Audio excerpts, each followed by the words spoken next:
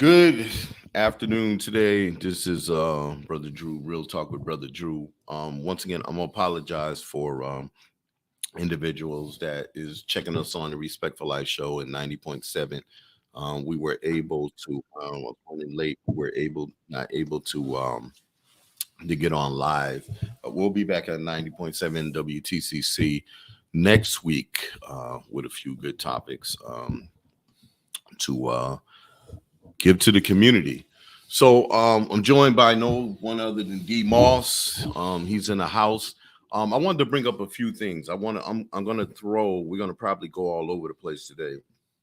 I wanted to bring up something that I've been thinking about. Actually, I about a couple of years ago, and even before then, I had a conversation about preservation or preservation of white pension. And I'm going to define and tell you what that is in a minute. And this is nothing new to Springfield or Boston or anywhere across the country, because there is a code when it comes to white pensions and preservation of white pensions, and it comes back on to another awful ruling that was laid down last week with the Nathanville police, how they're able to get their jobs back and even back pay, even when there was bodily harm done to another person, and even where they were stripped of their jobs when they was wrongful for doing. But I'm not picking on the police, the Springfield Police Department. I'm saying general as a whole, there's an issue when it comes to this city and cities across the country when it talks about white preservation of white pension. So what that is, I know you ready to say something. What that is there's a code amongst the Irish community, the Italian community, the Jewish community. There's a code the amongst European community. the non-black community. Right. Well, I was about, instead of to make in the short, to make sure that their families are taken care of by any means necessary. So everybody heard by any means necessary. And that means that you cannot do no wrong, in out of protecting of your family. You cannot do no wrong. You can get on your job and you can make Facebook posts. You can do you can go to the casino and you can have affairs with people, with the managers with the casinos, and you can come out and be disorderly conduct, but you're not fired. You're just, next thing you know, you disappeared and you got another job somewhere else. Us, we're fired, no pensions. I know there's been issues with officers in this city that look like us that have been fired in the city of Springfield, and they're working in factories or doing other jobs, or actually have left the city without no help from the police union to get their jobs back. But if they reflect the makeup of this country, then their pension is fought for and justifiably fought for. Not only justifiably fought for, we're going to stick it to you and give you another $500,000 or $600,000, which you missed over the last 4 years. Get all your back pay because your family is more important than the justice of the community. So if anybody else has another definition, that's my definition of the preservation, is to keep the European descent from having to bow down to anyone in the protection of the families before the families are wiped out. That's the preservation of white pensions. Yeah, and it's really, and I say that non-black community, because all communities do it, from Asians to Latinos to Europeans. The only ones who don't do it, we're going to keep it 100, is the black community. Everybody has a systemic approach to ensuring that folks within their tribe maintain a decent quality of life and a decent standard of living. They can breach the perimeter, they can do whatever, and there's always there's always an explanation to justify the behavior, to justify the action, or to justify whatever was said. We're the only ones that refuse to do that. And the first thing you hear of folks from our community is, well, it doesn't matter if everybody else does it. Right is right, wrong is wrong. And you're wrong, or she knows she's wrong. And, it's crazy. We're the only ones who don't do that. We don't even fight for each other when things like that take place within the police department, fire department, or working at City Hall, Parks Department. I think the only department where you may be safe in the city of Springfield may be the health department. Well, I mean, that's true. I mean, you would know more than that than me. So, I'm just throwing. I'm not saying you're wrong. I'm agreeing. No, I'm saying 100%. I'm saying I'm talking about the health department. You know more about that than I would know about. I'll probably get choked saying that. Well, listen. At some point, you need to have like real conversations. The title is of this particular talk is real talk. So we're getting on here not having real conversations, not having real talk and real dialogue. What's the sense of my coming in here wasting my time in a work week to come in here and just to pussyfoot around and just have a conversation? We can dialogue. Listen, if you want to go to influencers, you can go find an influencer page. If you want to go to YouTubers, you can go to YouTubers page. If you want to listen to foolishness, you can go anywhere. But if you want real talk based on factual information or opinion information, I gave you the definition a couple of weeks ago on that, then this is the show that you need to be listening to. And it's not just this show. You got Monday Night Live. You got a bunch of shows that have conversation Wednesday night that have conversations around community. The problem is there's certain folks that don't want to have these conversations that look like you. And like I said, I'm not going to come in here and go on us no more. But at the same token, stop putting us in a position where we're going to go after you, because if you come in here kowtowing and you sitting up there, you're the ones always with the response and you don't hear nothing out of this, then you're going to be in the line of the fire too. And I'm not meeting with anybody to talk about what I say on the air or what I or what I express on a radio show. Neither, if Daryl Moss is on my platform, neither is he to do it. Matter of fact, we're gonna come in here and argue when you come back. If I heard you sit down and talk with somebody, because we're not sitting down and talking with anybody anymore. There's being non-apologetic, and then there's I ain't apologizing to no damn body. No. Period. So I'm with you. And it's just interesting because when you talk about, systemic ways that people, non-Black folks protect themselves in the workforce, it's so crazy how it carries over into the community when you talk about meeting with folks. I know right now there's a group of Negroes who are up on the hill who are meeting with everybody. I'm not going to say any names, but man, keeping it 100, man, I ain't meeting with nobody. Yeah. You either take your message directly to the neighborhood, you take your message directly to the people, or keep your message. I think the time for tight circles, people trying to be the Black leader or the Black spokesperson, man, we ain't on 90.7, but that shit's for the birds. Right. You know what I'm saying? And it's just like, just to know that folks are trying to mobilize who they feel are the best and the brightest within our community is ridiculous. What people should be doing is figuring out a way to mobilize our votes.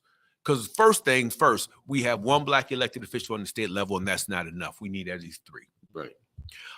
Kudos to Justin Hurst, who just announced that he's running for mayor, because we need somebody in room 214. It's time for a change, not because he's Black, but because we need the best candidate for the job. Outside of doing what we normally do in terms of me defending my community, we need someone who can bring Springfield together. Right now, the city of Springfield is so polarized. I know he mentioned to me one time, for him, it's all about creating one Springfield. So go tell your people, tell your mama, tell your daddy, tell your uncle, your grandpa, your son who's about to turn 18, right along with his girlfriend. They need to get out and vote. Right. Come September at the primary, and then November for the election. Well, I think the message needs to be more clear than that, because go ahead, make it clear. Just voting is not the issue. Voting for a liable candidate that's for one Springfield is more liable than just voting, because when you just out there voting just to vote, and voting for the same candidates, you're just a wasted vote. So when we say vote, that means a liable candidate and somebody or viable, somebody that's liable to a vote, but somebody that's accountable for his actions, and that's somebody that's going to look at you for your people. So you got to understand, this whole concept of politics has been really reverted, because at one point, I remember when I was growing up, they didn't call it politics. They called running for office, being servants to the community, running for office. For somewhere, it's tricked into the whole thing with political figures. Hey, we're running for a political office. So anytime I hear the word political, I hear tricks, and I hear treats, and I hear bought out, and I hear sold, and I hear kickbacks. Anytime I hear political, where when we go back to the mainstream, remember when it was going out, we didn't hear that. We heard, hey, Daryl Moss is running for office. He's running for the people. Is he political? Oh, we don't want nothing to do with nobody political, because you know where that gets you. Remember, now it's like political is a mainstream name. That see, here's where I'm gonna disagree. Okay. Like in our house growing up, we heard, political process. We heard process. We heard, you got to be political. Political means, it's really, political translates to learn to navigate. You're swimming in what, for our community, we're swimming in shark-infested waters, which means we have to learn to be political. It doesn't mean that you have to sell your soul, compromise your cultural integrity, and nothing like that. But for me, when I think political, it means that I need to look at this systemically. So when I say vote, I'm with you on that part. When I say vote, I'm saying you only vote for people who have your interests at heart, because it's part of the larger political process. That policy, the people you vote for, the individuals that you vote for, should be going back and they should be advocating for you, lobbying for you. If you need an ordinance, the zoning or ordinance change, they should be fighting for that. If there's federal funds coming down to the municipal level, they should be fighting to ensure that you get your piece, not a slice of the pie. If they come from your tribe, they should be pushing to make sure that you get at least half that pie. That's politics. Politics is when you put a call into, somebody you may have working in the assessor's office. They know, okay, this is one of our own. Let me make sure that they're set. Let me go through. Let me look at the actual value of their property. Let me trace this all the way through. Let me make sure they get this resolved as quickly as possible. If it's the treasurer's office, if it's any office on the state level, politics means that I'm gonna put in the call to Andrew. Andrew's gonna call whoever he needs to talk to, and the system's gonna, the machine's gonna start working. We're gonna get this resolved. Yeah. Right. So can I say this? So no. Well, let me just finish this thought. Okay. My point is, we need to start looking at this terminology differently. We need to understand why people utilize certain type of terminology. We need to figure out how to not just utilize it, but how to access the resources behind the terms and how to make it work for us. I think that's going to be critical. I think you cleared it up what I was going to say to you at the end, because only thing I disagree about is when you say navigate through the system. Like if I wanted to call downtown, I can't trust nobody I can call downtown. But politically, if we put the right people in place that we can call to navigate, then it benefits us on you know what I'm saying? Because I can't just call anybody. And if I want to start initiative, the first person I'll call, I might say, all right, I'm going to call Daryl Moss. After that, I don't know who else I can call. So me to say, I'm going to bite the bullet, I'm going to call this person when I know he's full of shit. And I know he's going to go back and tell the initiative that we started. You see what I'm saying? I'm just saying. I hear what you're saying. Yeah. I hear what you're saying. But when I think political process, I'm thinking all the players involved. If it's someone in the assessor's office that we have on our team, we know they're going to work in our interest. But you said on our team, though. When I say a team, let me just, I'm all about tribing up. So if I say team, I mean someone who's a part of our tribe, someone who's a part of the Black community, the way it should work. They should be working to make sure that you help navigate the process. Now as at City Hall, white folks did it. If they see someone who looks like them, the response was completely different than the response they would give to Black people. When my Latino colleagues, when Latinos walked through the door, man, they were giving them resources that I didn't even know existed. And they'd walk them through the process. Right. When Black people walked through the door, it didn't happen. You understand what I'm saying? Yeah. So when I think politics, and it's because we have this thing, when we think politics, we only think of the elected official. Right. When we think politics, we should think of everybody we have who works in an official capacity in an official capacity. Right. Because they may not be department heads, right, but it may be that one clerk that you walk by and you might not even pay any attention to, who might be the person who can help you navigate everything. So what we need to do is look at everybody downtown and say, here's why I would vote for Justin Hurst. Because now I know hopefully we would get more blacks working in the assessor's office, in the treasurer's office, in, procurement, in housing, in DPW. That way, there are more people who are saying, well, what do you mean you missed those 3 houses? They don't bring their garbage out on time anyways, but we get there late regardless. Well, we need, I don't care if you ain't doing nothing but working with DPW and picking up trash.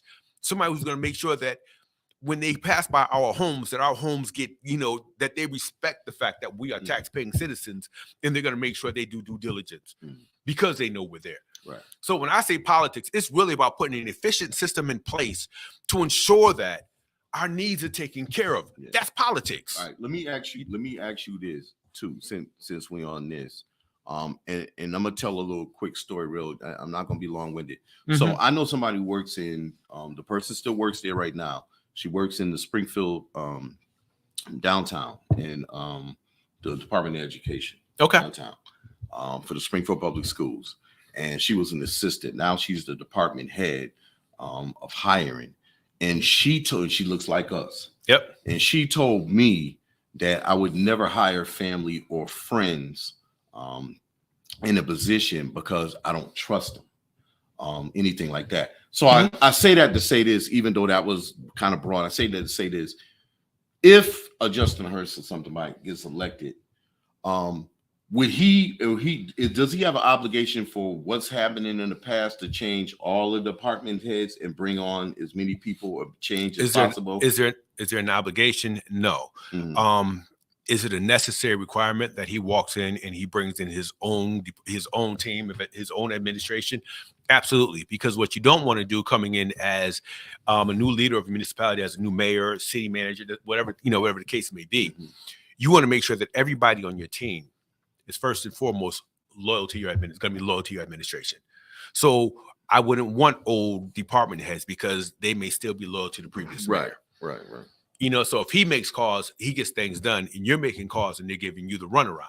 Mm-hmm. So I'd bring in if I was somebody, bring in all new department heads. Mm-hmm. I'd bring in all lead staff. The entry, when people walk into City Hall, the entry points for each department, I would change them. I don't care if they were casual workers. Right. I would change them as well. Right. That's what I would do. Yeah, because my point is, you got people, you got people sitting in there for 30 and 40 years. But we got folks who've been sitting for 30 and 40 years that we don't access who could help us. True. So it's not about the amount of time. Yeah. It's about where their allegiance lies. Mm-hmm. Then you want to look at their effectiveness on the job. First thing, I want to make sure you're loyal, because I can teach you how to do the job. Mm-hmm. I want to make sure you're loyal. Then I'm going to make sure that you have the capacity to do the job that we asked you to do. So if I ran for mayor, I would make sure that I brought my whole transition team would just come in and just clear folks out. What position would you hire me as if you was mayor? You would just I don't know. You asking me a question off the top that I haven't thought about. I ain't gonna shoot from the hip. I'd have to be critical and make sure that that everybody fits their role. Right. Joe Silence says politics is everywhere. Ben Swan, having said that, I learn as much as possible about the people and systems I am dealing with, and then make a decision about how I move with or without. I agree with you, Joe. Right. Desi Jackson says public servants, not politicians. However, being involved in politics is a necessity. Absolutely. Yeah.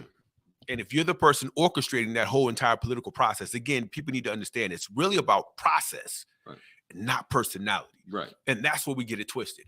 It's the process and not the personality. If our process is tight, if we have a machine from our community that is tight, we ain't got to worry about personality. We can get into personality. That's a state rep who does, well, I ain't never working with D. Moss. He's like Black Poison. He's a sword that swings both ways. I ain't never going to do nothing for him. That's personality. You could hate, I can dislike a person and still love their work. Basketball, I'm a New York Knicks fan. When Larry Bird came out, oh God, 83, I hated the dude. Right. But I had to respect the fact that you don't leave that dude open for no 3. Mm-hmm. You don't let him drive through the middle. You don't let him pass. And it got to the point where I didn't like Bird, but damn, as a fan, I respected the hell out of his game. Mm-hmm. So politically speaking, we should be the same way. I don't have to like Andrew Keaton. Andrew Keaton is down with the crew. The crew, I may just hypothetical. I'm not saying, just don't take me literally, people. I may not like them cats, but they're doing damn good work. People go back and say, and I'm saying hypothetically, I'm just throwing out an organization because I know Drew's involved. Right. But if Drew's a part of an organization, I mean, I like individuals involved in that organization, but if they're doing damn good work, we're that downtown City Hall camera job. My job is to make sure that they have all the resources that they need because they're doing good work in my community. Mm-hmm. You understand? No, I understand totally what you're saying. So, I mean, I guess we look at it 2 different things because you've been more in the system, so you know it. Me, I'm like on the out. Well, I've been in the system. I'm looking at the outside, but the process. So you bring up an interesting point about the process. What's wrong with the process right now? Like, really, if you look at, I'm not going to look at the overall community political process. Right. First of all, the political process works in favor of white people because white people run the process. Right. Right. They create a process that works for them. Right. And it's doing exactly what it's supposed to do. Our problem is we feel like that process should work for us too. It wasn't designed for us. Right. It's all about self-preservation. So they created a system where they can ensure the Irish can make sure that they're never third-class white folks in this country ever again. Right. The Italians, the same. The Jewish community, the same. The Latinos are they're evolving. So they're putting systems in place that protects and safeguards them as well. When we talk about political process in the Black community, our problem is we don't have a process. Because it's crazy. We create conditions that will benefit everybody else, but we will not create a condition that benefits us as a whole. So when we talk about process, what's wrong with it is the fact that it's non-existent. Right. We rely more on personality than process. So we have personalities and we expect these personalities to come out, put on capes and do everything for us. At the end of the day, they're flawed like everybody else. And as long as we're relying on a group of personalities, they're going to work in their best. These personalities take like the easy way out, and they side with the system that's already process. After if it's the type of person who have been actively involved in the Black community their whole lives, and they're in the middle of their adult life or they're towards the end, you get tired and you get burnt out. Right. You put in all this time, all this effort. It's a thankless job. Nobody appreciates you.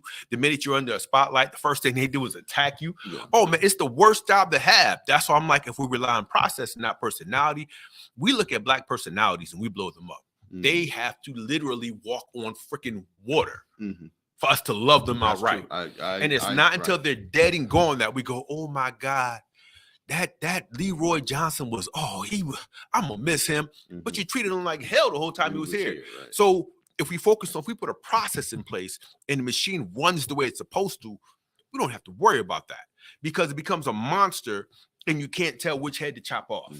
And the focus is on the process and making sure that the machine runs well. Okay, so we have the pie right now. So we talked about political. So we talked about somebody said we do have a process. It's been in place for years. Stop degrading Black people. We do have a process. All right, Mr. Ronald Dempsey. I wish you can explain to me what process we have. And I don't degrade Black people. I definitely don't degrade Black people publicly. I definitely don't do that. So why don't you break it down to me in this chat and I'll share it with everybody if you feel there's a process.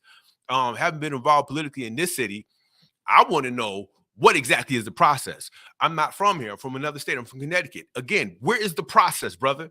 So this is Ronald Dancy, and he says, stop degrading Black people. We do have a process. And I'm not coming at you. I'm saying, if you know what the process is, brother, I want you to share it with us.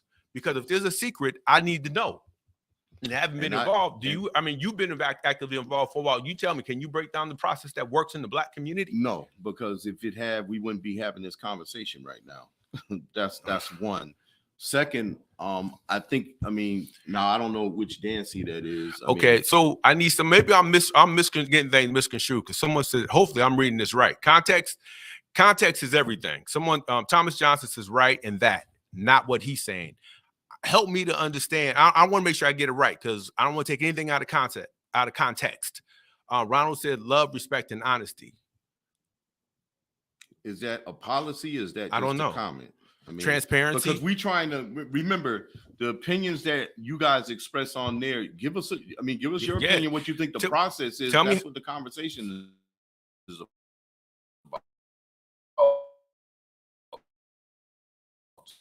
about. Jesse Jackson says, work. It never really has worked for us. Oh, Thomas Johnson said, no, I'm agreeing with you. That's why I see, brother. That's why I say context. It's all love. Even with Mr. Dancy, so what you're talking about is the value set: love, respect, honesty, loyalty. Those are values. I get that. We have values. I'm not taking that from black folks. We do. We have a base. The reason why this country has not erupted is because of all those things, openness. But that's not a process, man. I can value family. I can love family. I can be loyal to family. But that doesn't guarantee that they're going to be able to attain, sustain, and maintain a decent quality of life and a decent quality of living. It doesn't mean that I'm bringing resources back. I can love you, man. I know folks who have given their whole life to the black, their whole adult life to the black community. And it's like still trying to figure out where back. But Mr. Dancy, please don't misread me. I'm an emotional dude and I'm passionate when it comes to black people. So my apologies if I came off like that. Tracy, topic. Well, right now we're talking about, Drew asked the question, is the process working in our community? If it's working right, what's right with it? Why aren't we using it? If it's wrong, tell me what's wrong. Right. Desi Jackson said there's no one showing the up and coming. There's no blueprint unless it's a namesake. And then we go back to personality. Ronald Dancy says we have to look deeper and get to the meaning. We absolutely do. That's why this dialogue is absolutely necessary. Right. And it's very important that it's necessary. So, Daryl kind of explained the process, and then when you brought in the resource part, so that's another. So now we have political, we have the process, and we have resources. So what we're trying to do is come up to sort of solutions and challenges that we face.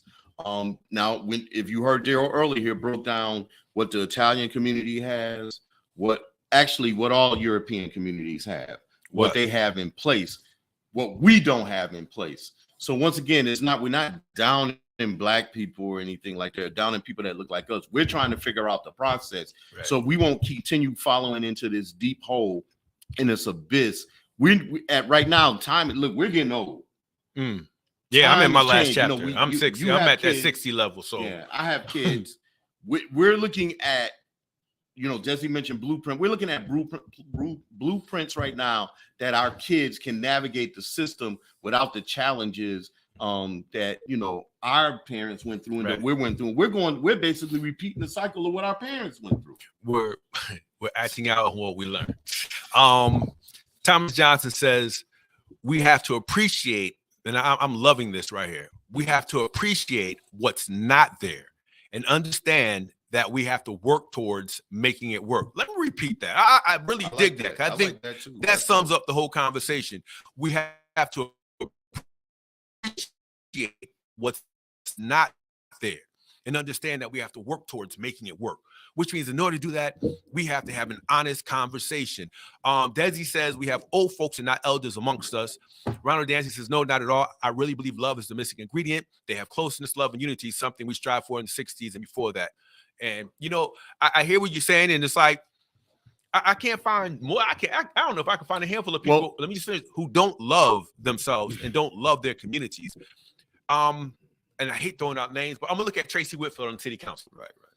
She busts her ass. She lives and breathes our community. And everywhere she goes, she carries it on her back. And it's like she does her thing down at that city council table. Does she love her community? Absolutely. But do we have the supports in place to support the work that she's doing? And that's the question. Do we have the supports in place to support the work that she is doing on the city council? Right. Does she have a platform to stand on outside of the city council? When she says, I need folks to show up at 5 o'clock, are there 500 people there? Can she make calls around the city to get the resources she needs from other department heads? If you read the newspaper and you see the letters that she submitted to the press, we don't have the resources. You know why? We don't control the press. So the press don't put that information out. What? I cut you off a lot, don't I? Yeah, you do. You do. It's all good. It's all good. But I want to say something to Dancy's part and then to Desi's part. I'm laughing, man. No, it's funny though. Daryl gets in a role and Daryl is like, looking at me. Let me finish my point. And then when we get anyway, so I want to say something to him. Love, I mean, it's funny too. I can ask 10 people what love is and what love is community, and I can get 10 different answers. I just want to leave it there that way. But back to what Desi was saying, with the younger people getting more, I don't think we include the younger people more in the process. We need to start. It's funny because we were in a conversation today and a lot of the younger students was like, we're never involved in the process and nobody invites us in the process. And it's up to you guys. So we said that we would invite you into the process. Would you guys really be mature about it and listen to what we had? They said, absolutely. But we never get the invite, never get the invitation. And that gap right there needs to be bridged on that. So I listen, I promise. From the now on, we do the show. I ain't gonna. Listen, man. You have a point to make. We only have X amount of time. Right. When we talk about young people, the bottom line is, it's like I remember being in high school and helping to organize walkouts. Nobody asked us to get involved in the process. It's one of them things when you see something wrong, you start to organize your resources to right that wrong. I remember in college up at Southern Connecticut when we shut down Engelman Hall and we shut down the school newspaper, the radio station, to make sure we had more Black people. How can I say this? We have a lot of young people who don't prioritize creating social change because they don't understand what social and political change is. We have old folks who are still trying to figure out what the political process is. We have people who have been elected officials and had been elected officials who still don't truly understand what the political process is and how it can actually work for us. So it's not about, we can look at someone's body of work, but we have to look at the work that is yet to be created, which is why I love what Thomas Johnson says. What process, I did what Ray Jordan did, what Ben Swan has done, Buddy's in office now. There are folks who have done phenomenal work, but we're still left without a process, a political process. I agree with that. I agree. That can benefit our community. Yeah. So we need to, my suggestion, we need to stay the Springfield Address. Talking about, we need to bring all of our influencers, our thinkers, our entertainment folks. We need to bring all these sectors to the table and say, what do we need to create and how do we do this? Right. And typically that doesn't happen, but go ahead. And then I'm gonna read some of the comments. Can I want to bring something you said. So when you mentioned when you was in college, and I heard about, you told me a couple of times what you guys did in college. But at some point, you have to get to that point, because when I first walked into college, I wasn't conscious until my sister gave me these few books, Stolen Legacy, and these books. I remember you had the same revelation too. Well, I know you said you was always a rebel, but at the same token, there were conversations amongst. But there were conversations, right? But there were conversations among you as students to say, we're not taking this, we're not doing this, we need to organize, we don't have this in place. And that's I think with the youth, I think it just needs to start in the conversation. And so with the youth, it needs to start in the family. There's a difference. I look at my upbringing, and which is why I try not to put everybody in my shoes. And I'm gonna tell you why. I feel like my situation was different. My parents were actively involved. My mom was clergy. So we've always been involved in the community, from fundraising to community service. We've always done it. So other people didn't grow up when Ronald Dancy talks about those values, love, loyalty, all that stuff. Those are also value sets that have to begin in the home. So if we want conscious young people to get involved in this process, that means our families have to become more conscious.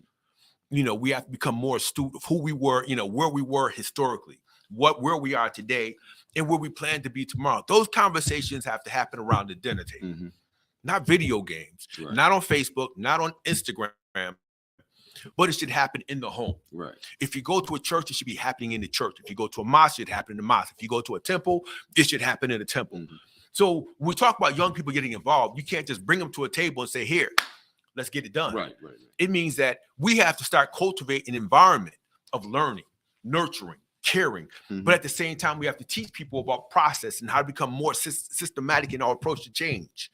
We don't do that. We rely on personality to create change. We don't have a process. Mm-hmm. Values are not a process. Values should be the foundation for that process. Right. But yeah. Go ahead. I'm sorry. Let me just go ahead. Keep talking. I'm gonna read. So I'm gonna go back up. So we no, can I get was some saying of the you're comments. right. I mean, the values should put that once you formulate what your process is, the values should basically is the one that keep it going and continuously, keep it popping and going. You're right about that. When you look in the mirror and you love yourself that much, man, you start to love everything that looks like you. Right. So here we go. Ronald Dan said, I agree with you about support. I really feel that Buddy Williams loves his community and his body of work reflects that.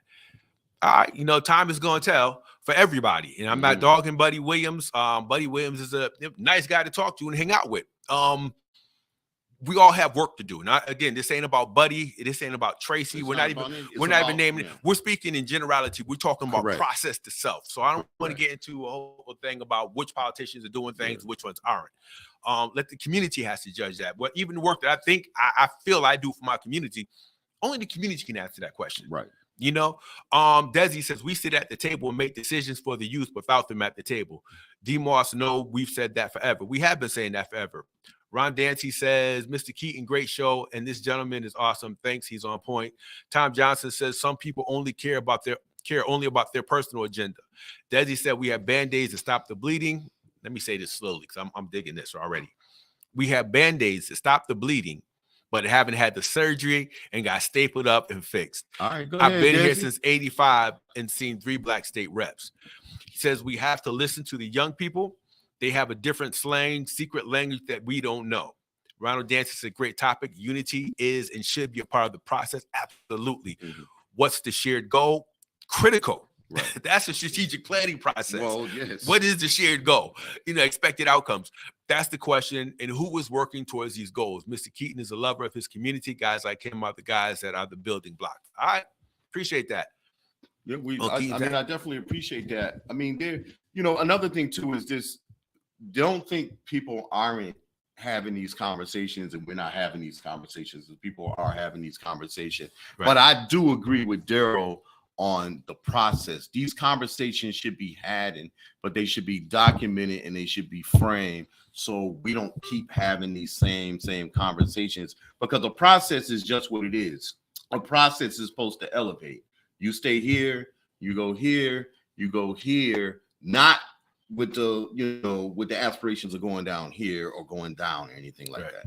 So the process is very, very, very key. And I want to thank everybody for the comments and stuff. I don't know how long it's up to you, we bro. have to leave a couple of minutes because I don't want to catch no ticket out here. I'm just being honest with y'all. But it's very, very important though, and we appreciate all the comments too. So these next 2 years for this city is very, very critical and important. And I don't think as a process aspect of what Daryl alluded to, waiting to get into the game, I should say, or waiting to get your free throws in or to be a starter in the game shouldn't be a waiting game. You should actually get your feet running and get involved in the process. So here's the crazy part. If you pay taxes, you're already a part of the process, somebody else's process. Mm-hmm. If you vote, you're part of somebody else's process. We have one of the strongest voting blocks in the country. Locally, we have one of the strongest voting blocks in the city. Our current mayor has been in office on the backs of the black vote. Mm-hmm. When we vote, we tend to vote in unison. We talk about unity. We tend to vote in the same direction. I don't know why we vote as a monolith, but we typically do. Mm-hmm. Tragically, we don't utilize that same vote for our own advantage. Mm-hmm. We don't use it as leverage. We don't use it to negotiate, for expected outcomes. We don't use it to leverage impact. We just vote. So when you said earlier, you can't just vote, man, our vote is like a paycheck. Wow. That we just give away. And we have to learn to spend that vote wisely. So this process is already in play. I look at the Latino community. 4 years, they're looking at running their own candidate. Cool. Every group should do that. Mm-hmm. But they're looking for a Latino candidate. We're the only ones who say, I don't care what color you is. You got to be. No, I want someone from my tribe, from my family, someone from my community, because hopefully they understand my struggle. Yeah. They understand my ancestors' sojourn. They understand where we've been, and they have a pretty good understanding of where it is we need to go. Yeah. So our vote has to be organized. Our vote has to be, strategic in terms of how we utilize it, which means we have to do a better job. Those of us who are involved in the media in some capacity, we have to do a better job of educating our community, not just folks that we know personally, but educating our folks on what this process is. And for those who don't know, here's the legal definition of a process. It's a series of actions or steps taken in order to achieve a particular end. Right. And we have to get it to the point where those action steps are so in sequence and they get to the point where it just runs on auto drive. Everybody understands their role on the assembly line. Right. And that's critical. Yeah. And I want to say this too. The candidates that we bring in is very crucial. So I want to say this. I'm not saying Daryl's running. I'm just giving you an example. So if I was to vote for Daryl Moss to run for mayor, and Daryl ran for mayor, and I sit it down, and I don't want to say vet because we're not vetting, brother. No, just say what you gotta say. We have the conversations. I'm just saying. I'm not saying vet. I'm not using that word vet because that's not what we do. We have the conversation, and I say, Daryl, listen. How's your stance on this? How's your stance on that? Now, me knowing him already say I think he's a viable candidate. So if he does become an heir, so one of the things we always complain about violence, education. I know the first thing he might do when he goes into office is change the educational system. Him teaching Black history out of a house with with 8 people in there, he's going to implement things that he knows that can benefit the community and benefit the majority of the kids in that system. Actually, I wouldn't. First thing I'm changing is Tim Sheehan is gone from planning and economic development. Lauren Stabilo is gone from procurement. No, he's gone from procurement because we talk about youth and we talk about education, but we never talk about the economics that runs that engine. If you want to change value sets and the intellectual capacity of young people, create better economic and financial conditions for them. Let their households become more stable. So the first things to go, I'm going right after planning economic development. I'm going after the eco dev people first. Go ahead. Now, no. I was saying I was getting to the no. I'm glad you jumped in because we don't really have a lot of time. But no, I'm just saying what I'm saying to you is the changes you're gonna make are gonna be significant to you understanding the system and the process back again to understand where we need to go. Because these are, listen, it's always stepping stones. Anytime you have a new regime or you change regime, there's always gonna be some obstacles. So I'm glad you jumped in and said that, because I was going to ask you about the economic piece, but you already seem to have a concept of what you change. So the process now is what do we change? What does need to prove or what did need to do different? Because you're right, the economic process in here is just awful. Yeah. Process begins with an inventory of who and what we have. We have to look at our human resources, make sure we organize folks, make sure everyone is assigned a role that's conducive to their skill sets. Second piece is looking at institutional resources, organize those in the capacity in which we can determine what we have and how we can utilize those resources. Third, we always overlook the Black business community. That's our economic engine. We need to look at our business block. And we never take them. We look at churches, look at community centers. We do everything except for the folks that drive the tax base. Exactly. So we have to look at our Black business community and figure out how to effectively utilize them and how to put them in a position where they've transitioned into leadership. We need people who understand the economy to lead us through this economy. I have mad love for folks, clergy members. I get them. Pray all day. I got you. But somebody has to figure out how to navigate through this economy. When we look at education, it ties into the economy, which means, again, I'm no big fan of the public school system. If I can do it all over again, if I had the resources, I'd educate my kids at home. Or I'd take everything I have and invest it in school systems outside of the system. That's just me. But, this, I'm going to change the subject real quick. Coming up, again, Justin Hurst has just announced his candidacy for mayor. I don't care how you feel about him personally. Doesn't give a damn. I don't give a damn what your history is with him or any of his supporters. I think this is the time. Ronald, I'm gonna go back to it. Ronald Dancy said, what about jobs? When I talk about the economic system, brother, that is jobs. I think we need more than jobs. We need careers. We need more than careers. We need to own. We need to own the industry should be owned, controlled, and operated by us. So I'm not talking about jobs. That's workforce development.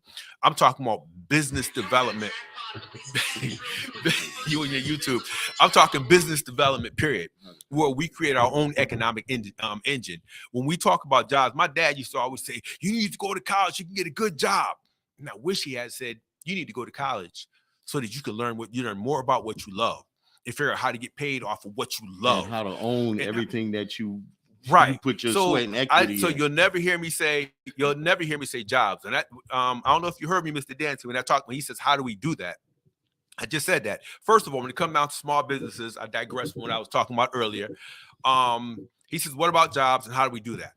When we look at, let's say, our state legislature, when you look at other state legislators and what they're bringing money back for, they're bringing money back to support businesses in their communities. They're to come back. The affiliated chambers, the affiliated Chamber of Commerce here in the city of Springfield gets millions of dollars to support the businesses in their chambers. When you look at the Latino Economic Council, or whatever it's called, they're getting millions of dollars to create opportunities for folks in their communities. And we don't have a right. So we don't look at those resources. We're always saying we have to find ways to get our people jobs. No, I want my kids, my 3 little baby girls, my son, I want them to own the businesses and create career opportunities, not jobs. Jobs are dead-end joints where you don't get to think. Career opportunity. I think we need to change our language around that. He says, can you read a couple more of those? Because I got about 2 minutes. Like 2 minutes. There's no more to read. He said business ownership. Rob Jones. Rob Jones says business ownership over jobs. Ronald Dancy said you have to have jobs to pay taxes, have to have jobs to anything. No, you when you live your whole life to pay taxes and to pay bills, man, let me tell you, you're constantly in a state of survival. Everybody else is enjoying life. They have leisure time. They have leisure time. Yeah. And we constantly live paycheck to paycheck because we misdirect our community with that thing called job. You got to get a job. You got to pay bills. Ooh, well, why not, teach me about how to maintain and manage my credit? Let's talk financial management around the dinner table. Let's talk ownership. Taxes are the least of my worries. Yeah. If I don't own nothing, I'm not paying taxes on anything. And we don't own a lot. We're still living in transitional housing. That's the problem. Yeah. Let's talk about you need a strong career, solid career to purchase the home of your choice. You need a solid career to drive the vehicle that you need to go from A to B and then sometimes D. Do we need a $50,000 car? No, let's get an economical car that'll get you to where you got to go. Let's get you a house that's nice and it's within your budget. So let's not talk jobs. Let's talk careers. Let's talk financial management. There is no either or type of situation. There's processes for everything. If we want to drive our community forward, we need to have honest conversations about economic development. Look it up, not jobs. Again, I think I'm sure they told you go to college, Drew, and you can get a good job. You get a good job. I don't want a good job. I had a good job. And the minute I spoke my piece, I got publicly fired. And I'm okay. Was I incompetent? No. Did I speak my piece on behalf of my community? Absolutely. So a job will get you fired the minute you step outside, you step beyond once you breach a perimeter. Let's see. Rob Jones says business ownership over jobs. Rob Dancy said have to have jobs to pay taxes, have to have jobs to pay anything. Rob Jones says rich dad, poor dad. Poor dad says go to school and get a good education. Rich dad says go to school and build a business. Mm-hmm. Rob Jones further says, economic experts say in order to afford an average home in the United States, you need a 6 income. A job will not get you a 6-figure income if you're outside someone else's political process. Again, it's all about self-preservation. You go downtown, we both get a job. You white, I'm black. You start at 90,000. I start at 40,000. With the same degree. Ronald Dancy says, I'm a business owner in Georgia. Power to you, bro. And believe me, that's a job. It's not just a job. It's not, I don't think you have a job, brother. You own a business. I pay huge taxes. Dancy, you just said you're a business owner. The same thing he did. You're a business owner. You're exactly what I'm talking about. Exactly. Is it hard work? It's absolutely hard work. No one says owning a business is easy. But you know what? It's a struggle I'd rather take on rather than go to work. Put it like this. You put out 150% effort, you're going to take out 150%. If I work for somebody, I put 150% effort, I'm walking away what? As a black man, right. What, 5-10% of the effort? there's a difference. He says, I pay huge taxes. I'm a homeowner. I own a business also, Mr. Dancy. I'm a homeowner. I'm a business owner. I own property outside. I own property in Alabama and property in Antigua. But also, so Mr. Let me finish this. I get you. Yeah. He says, I pay huge taxes. Keaton and I went to the same high school, played ball, graduated college. How many are doing that in Springfield so that they can become leaders in the community? Well, first of all, it's about capacity mapping. We have so many people run around here with college degrees or at least 3 years of college. It's crazy. So you can't even ask that question unless you do the necessary research to make sure that your data is in place. That's why I said we have to map our resources. It's about capacity mapping, because we tend to make sweeping generalizations within the Black community sometimes, and we're never specific and we're never strategic in terms of what we say publicly. Go ahead, Can we finish this conversation next week? We absolutely can, because you're running out the door, brother. All right, y'all. No, yeah. So next week we'll be back with Real Talk with Drew and Dave Moss. Let's do it next week. Let's continue this conversation for the process. So now we get more deeper into the process. So people still asking us how you do it, and I like the economic piece that you brought up. But I think there needs to be really some more definitions put out, because I mean, things, we just need to clarify a few things. That's all. Did that make sense, or it didn't make sense? Yeah. I'm just rushing to get out of here. You rushing to get out of here. All right, y'all. This is Real Talk. This is Drew's show. So I'm out. Much love, much peace, much respect to everybody. We'll be back. Well, he'll be back next Wednesday. Let's get it.